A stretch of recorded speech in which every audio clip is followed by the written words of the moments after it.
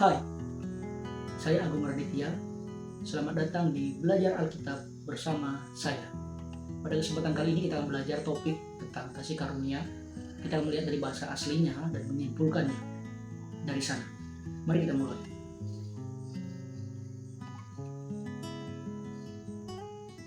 Kita perlu selalu memperhatikan dasar kedalaman hati kita yang mengarahkan arah hidup kita dan memotivasi kita menjadi apa yang kita kerjakan, menjadi semua tindakan kita. Karena itu saya mengajak Anda untuk bersama-sama merenungkan topik ini tentang kasih karunia.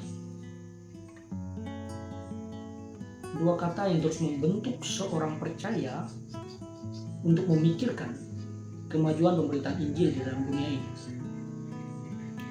Saudaraku, kita adalah orang-orang yang setiap hari menemukan diri kita sendiri adalah seorang yang gagal untuk taat kepada Tuhan. Namun anehnya dalam kegagalan itu, seringkali kita tidak menyerah dan kita kembali untuk bertobat dan ingin mengerjakan pekerjaan Tuhan lagi. Mengapa semua itu bisa terjadi kepada kita? Jawabannya karena kata ini tadi. Itu karena ada kasih karunia yang diberikan kepada kita. Kasih karunia yang terus menopang kehidupan kita. Kita bisa saja sangat sadar, kita berkata bahwa Tuhan, aku menyerahkan diriku. Kita menyerahkan hidup kita kepada Tuhan. Meskipun sebagai manusia kita perlu jujur juga bahwa seringkali kita mengendalikan hidup kita sendiri. Kita ingin mengendalikan hidup kita. Kita tidak taat kepada kehendak Allah. Kita masih menjadi Tuhan atas hidup kita sendiri. Alih-alih kita menepati janji kita agar hanya Roh Kudus yang memimpin hidup kita, kita lebih memilih untuk masih menjadi Tuhan atas hidup kita sendiri. Kita masih suka mengendalikan hidup kita. Kebenaran ini yang akan membawa kita untuk merenungkan mengapa kita perlu kasih karunia. Kasih karunia dalam Alkitab berasal dari bahasa Yunani, yaitu charis. Dalam terjemahan bahasa Inggris itu diterjemahkan menjadi kata grace, yang juga dapat diterjemahkan dalam bahasa Indonesia. Selain kasih karunia, dalam bahasa Indonesia juga dapat diterjemahkan menjadi kata belas kasihan, menjadi perasa pernyataan istimewa dari kehadiran Tuhan, menjadi satu kata yaitu rahmat. Ditambah juga itu rahmat Tuhan. Jadi kasih karunia itu memiliki arti lain, yaitu belas kasihan, rahmat Tuhan, pernyataan istimewa dari kehadiran Tuhan. Itu ada dalam Efesus 2 ayat 8. Kata charis ini juga disandingkan maknanya dengan bahasa Yunani, yaitu kata doron di sana dalam Efesus pasal 2 ayat 8. Diterjemahkan menjadikan perasa pemberian Allah. Di dalam terjemahan lama menjadi kata karunia. Jadi kata dorong ini tadi diterjemahkan menjadi perasa pemberian Allah atau menjadi perasa karunia, menjadi kata karunia. Jadi dapat saya simpulkan bahwa kasih karunia Allah adalah pemberian Allah itu sendiri. Lalu pertanyaannya untuk kita, apa yang Allah berikan kepada manusia yang sudah jatuh dalam dosa? Apa yang Allah berikan? Di dalam Efesus 2 ayat 8, Paulus dengan sangat baik menjelaskan bahwa Allah memberikan iman kepada manusia. Saya akan membacakan ayatnya. Sebab karena kasih karunia kamu diselamatkan oleh iman. Garis bawahi, sebab karena kasih karunia kamu diselamatkan oleh iman. Lalu Paulus menambahkan perasa di sana, yaitu itu bukan hasil usahamu, tetapi pemberian Allah.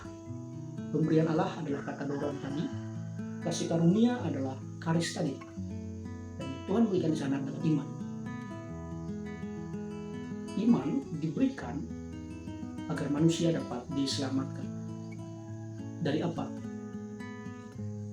Dari keinginan kita sendiri, mengendalikan hidup kita sendiri, dari dosa, dari kita yang ingin menjadi Tuhan atas kehidupan kita sendiri. Allah pada dasarnya menyelamatkan kita dari diri kita sendiri yang tersesat, yang telah mati dalam dosa. Allah memberikan kita iman agar kita dapat mempercayakan kehidupan kita kepada Kristus, karena Kristus yang telah menebus kita dari kehidupan kita yang sia-sia, kehidupan kita yang berdosa, kehidupan kita yang diperbudak oleh dosa. Keinginan kita untuk selalu menjadi Tuhan atas diri sendiri, keinginan untuk mengendalikan kehidupan kita sendiri. Allah memberikan iman agar kita percaya bahwa kita tidak perlu lagi membenarkan diri kita sendiri dengan usaha kita sendiri. Agar kita tidak lagi menginginkan penghargaan dari sesama manusia, apalagi dari Tuhan. Karena pada dasarnya kasih karunia telah memberikan kepada kita pembenaran yang sejati. Karena Kristus telah menjadi tidak benar agar kita dibenarkan. Ketika Yesus disalibkan, Yesus mengalami kutuk hukuman dosa agar kita yang terkutuk di dalam dosa, ketika percaya kepada Dia dan bertobat, kita dibebaskan dari kutuk hukuman dosa. Paulus menjelaskan hal ini di dalam Roma pasal 3 ayat 24. Kata dibenarkan di sana dari bahasa Yunani, yaitu dikaio, akan lebih dipahami dengan secara pribadi apabila kata ini diterjemahkan menjadi engkau dibenarkan. Engkau dibenarkan oleh Allah dan memperoleh pembebasan. Engkau memperoleh pembebasan. Pembebasan dari apa? Dari keinginan kita sendiri yang tersesat. Saya akan membacakan ayatnya dalam Roma 3 ayat 24. Dan oleh kasih karunia telah dibenarkan dengan cuma-cuma karena penebusan dalam Kristus Yesus. Saudaraku, kita memiliki iman sehingga kita dapat percaya kepada Tuhan Yesus. Dan iman itu adalah pemberian Allah. Inilah kasih karunia bahwa kita telah dibenarkan.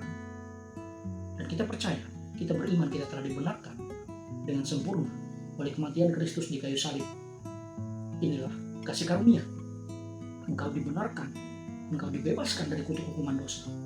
Karena Yesus telah menerima dosa-dosamu dan kau menerima kebenaran Kristus di dalam dirimu. Ada pribadi Kristus yang membayar semua hutang dosa kita di hadapan Allah. Sebab upah dosa adalah maut, maka Kristus menerima maut agar kita yang seharusnya menerima maut itu dibebaskan dari maut ketika kita percaya kepada Yesus dan bertobat dari segala dosa kita. Semua hutang dosa kita telah dibayar di atas kayu salib. Inilah kasih karunia.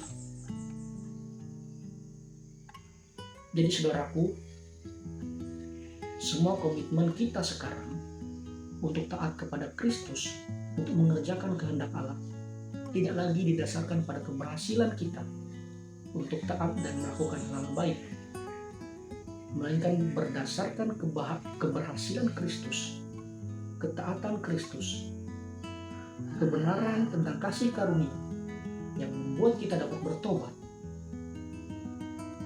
hari ini dan seterusnya dengan cara yang benar-benar berbeda. Pertobatan dengan cara yang benar-benar berbeda yang saya maksudkan adalah kita tidak lagi bertobat karena perasaan kita merasa tidak baik karena berdosa.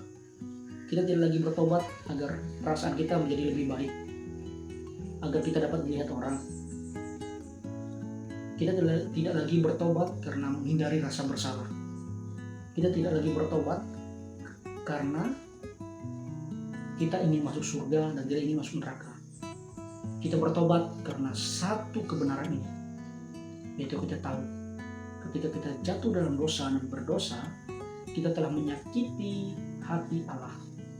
kita telah melukakan hati Roh Kudus yang sangat mengasihi kita, dan kita memiliki kasih terhadap Allah dan Roh Kudus dan Kristus itu sendiri. Ada hati Roh Kudus yang dilukakan. Maka itu Paulus dalam Efesus pasal 4 ayat 30 mengatakan bahwa janganlah engkau melukakan hati Roh Kudus. Dan hati Allah yang merasa bahwa oh, anakku, hidupmu sia-sia. Kita percaya bahwa kebenaran ini yang membawa kita pada pertobatan. Bukan lagi berpusat pada diri kita sendiri, tapi pertobatan kita berpusat pada kasih Allah. Kasih karunia menuntun kita untuk tidak lagi menjadikan diri kita pusat kehidupan. Bahwa hidup kita bukan lagi tentang kita sekarang, melainkan tentang bagaimana kita dapat memperkenalkan Kristus kepada dunia dan membawa hidup kita mengasihi sesama kita dan terus memikirkan kemajuan Injil di dalam dunia ini. Itulah kasih karunia. Kiranya Anda selalu hidup dalam kasih karunia Tuhan dan merenungkan kasih karunia Tuhan setiap hari. Tuhan Yesus memberkati.